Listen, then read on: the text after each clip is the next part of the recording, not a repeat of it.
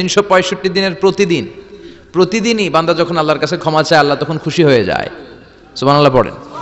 আর শয়তান নারাজ হয়ে যায়। আমাদের মিশন হচ্ছে আমরা আল্লাহরে খুশি করতে চাই। আল্লাহুম্মা জাআলনি সাবুরা ওয়া জাআলনি শাকুরা ওয়া জাআলনি ফি আইনি সগীরা ওয়া ফি আয়ুনিন নাসি কাবীরা।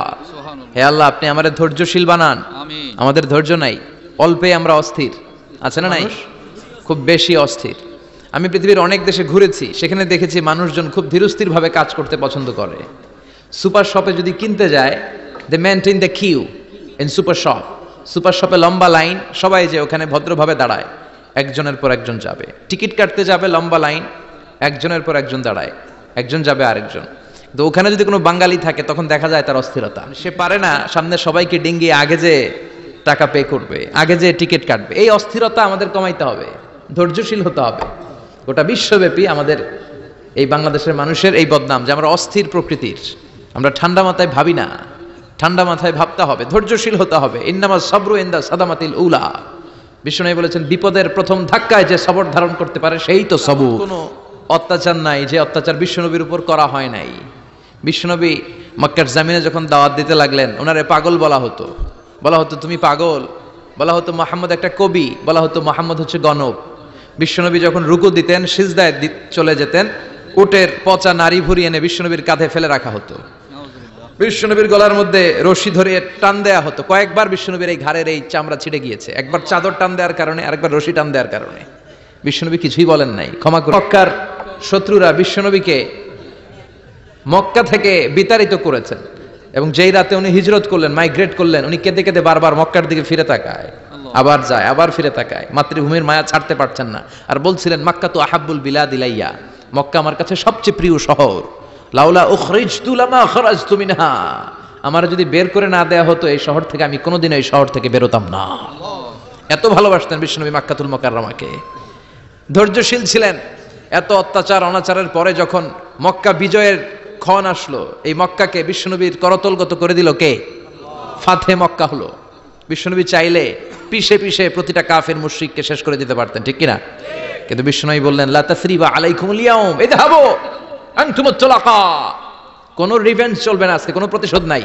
একেবারে বড় যুদ্ধাপরাধী যারা, মারাত্মক যারা অফেন্স করেছে, তাদেরকে শাস্তির আওতায় আনা হবে, বাকি সবাইকে আমি ক্ষমা করে দিলাম।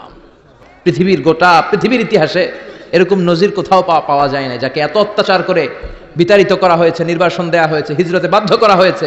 তিনি যখন ওই শহরকে আবার বিজয় করলেন, কাউকে আঘাত করলেন না, আগুন জ্বালিয়ে শহরটাকে জ্বালিয়ে দিলেন না, ওদের বংশকে নির্বংশ করলেন না, বরং মুচকে হেসে উনি বললেন, যাও ক্ষমা করে দিলাম।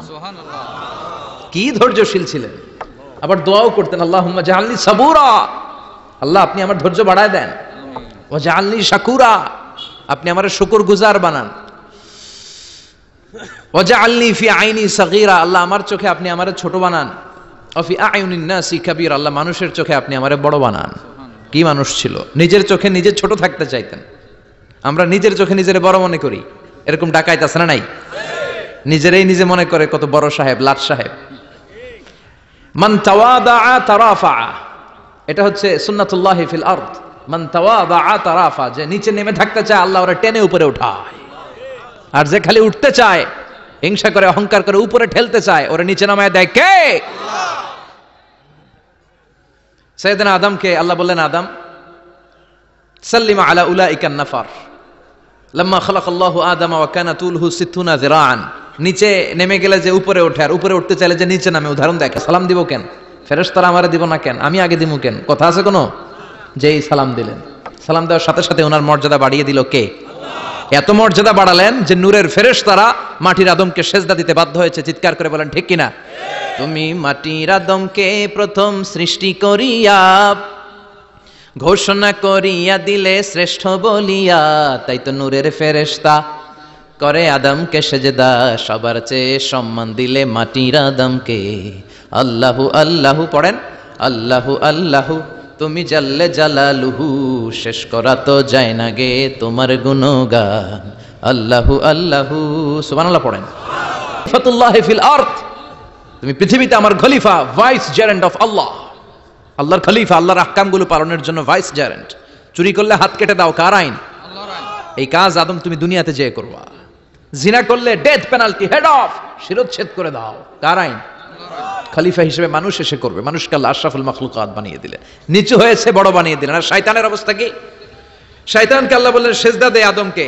শয়তান যুক্তি দাঁড় করিয়েছে, খালাকতাহু মিন তিন খালাকতানি মিন নার ওয়া খালাকতাহু মিন তিন। আল্লাহ আপনি আমারে বানাইছেন আগুন দিয়া, কি দিয়া? আগুনের ধর্ম উপরের দিকে ওঠে আর মাটির ধর্ম সে নিচে পড়ে থাকে, আমি কেন সেজদা দেব?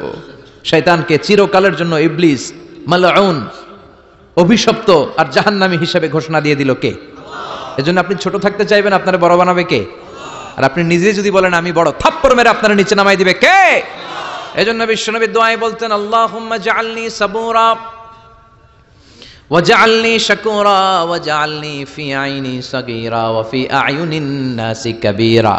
ও আল্লাহ, আপনি আমারে ধৈর্যশীল বানান, আপনি আমারে শুকরগুজার বান্দা বানান, আমার চোখে আমারে আপনি ছোট বানান, মানুষের চোখে আপনি আমারে বড় বানান।